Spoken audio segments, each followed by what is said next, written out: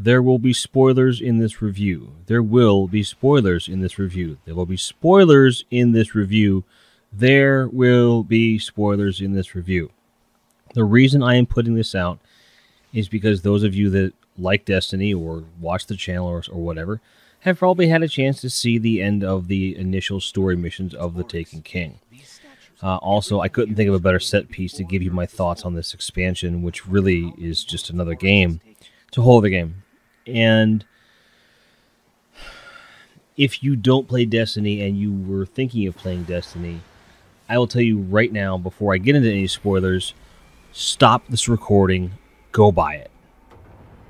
If this game, if you've never played it before and you just buy the $60 version of Taken King, which has everything from year 1 and the beginning of year 2 in it, if that doesn't convince you to play Destiny, nothing's going to convince you to play Destiny. And I'm sorry you're going to be left out of the next 8 years. But this game isn't for everybody. But for those of us that it does appeal to, The Taken King is absolutely fucking amazing. That is the nicest way that I can illustrate how taken, no pun intended, I am with this game. Year 1 had a lot of flaws, and Taken King addresses the vast majority of them. It introduces some new ones, but nothing is perfect, and I understand that going into this. You guys by now have all heard about the new leveling system. There have been some complaints that it's not that much different from the original, and that's a good thing, actually, in that once you grasp the numbers difference, it's not a problem, and light levels don't make as much of a difference as they once did. You can now go into anything within 20 light levels, which is a larger disparity than previously. Example, I did the raid as a light level 280, even though it's a level 300 activity, with 290 being optimal and above, having no real issues as long as the team was good. And I will tell you that leveling to level 40 is fun. It's something I recommend everybody do. You arguably could level to level 40 within the first campaign if you played your cards right. Tons of XP to be had, and the quest system is amazing.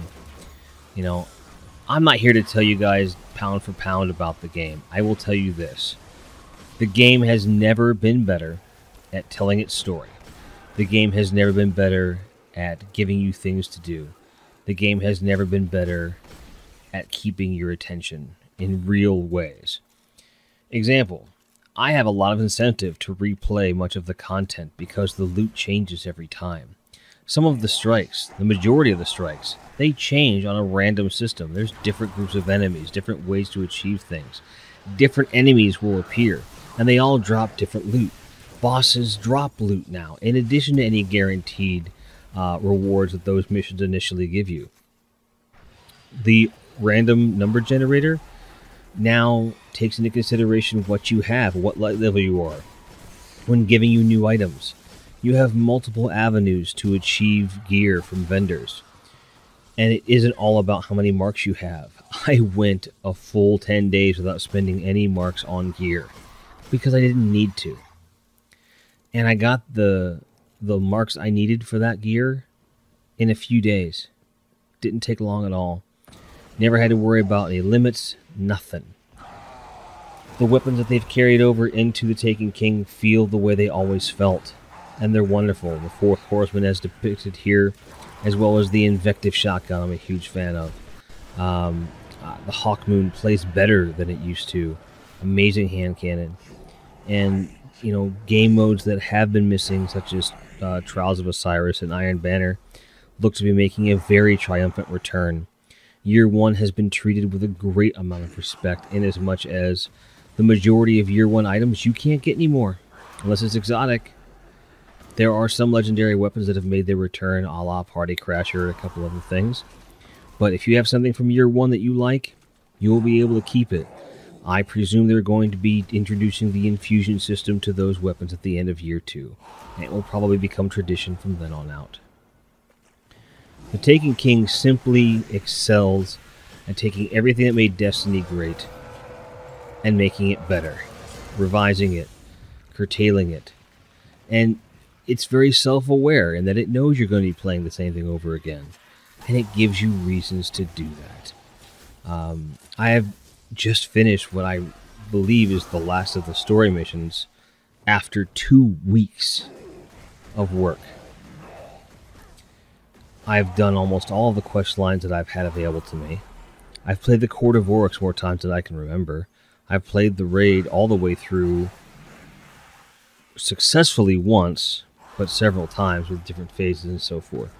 So I can tell you, there's a lot of incentive. Well, why would I do the raid again? It's not like before. The raid used to be you get the gear, then you're done. Then you're just grinding for one thing or another. Now, when you get drops, even if it's a duplicate, it has the potential to be really, really, really rewarding. Because now, if you get something that isn't a good roll, but the attack or defense level is higher, you're not stuck with it. You just infuse it into the stuff you like. And you are in complete control of the look of your character, the feel of your character from the ground up. Granted, the more customized you want to be, the longer it might take you. But there are so many different ways to achieve that you'll never be bored, whether you play alone or with friends. My viewers, my friends, The Taken King simply is the best of what Destiny has to offer. I urge you to play it.